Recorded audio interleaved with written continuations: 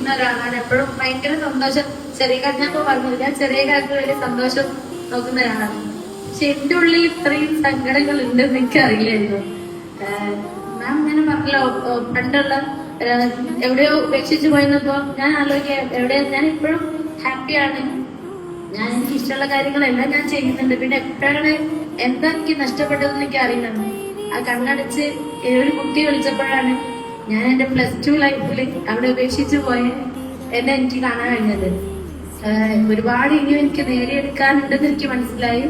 പിന്നെ പ്രത്യേകിച്ച് ആ പാരന്റ്സിന്റെ സെഷനും കൂടെ വന്നപ്പോ കയ്യിന്ന് പോയി, കംപ്ലീറ്റ് കയ്യിന്ന് പോയി. എന്താ പറയണ്ടെന്ന് അറിയില്ല. പക്ഷെ ഇനിയിപ്പോ ഭയങ്കര കോൺഫിഡൻസ് കൂടിയിട്ടുണ്ട്. എന്നെ കൊണ്ട് കഴിയാത്തത് ഉണ്ടാവില്ല. എനിക്ക് ഒരു അച്ചീവ് ചെയ്യാമെന്ന് ഞാനത് എഴുതി വെച്ചിട്ടുണ്ട്. അതെന്തായാലും എനിക്ക് പറ്റുന്ന എനിക്ക് ഉറപ്പാണ്. എന്റെ പാരന്റ്സ് എന്റെ കൂടെ ഉണ്ട്.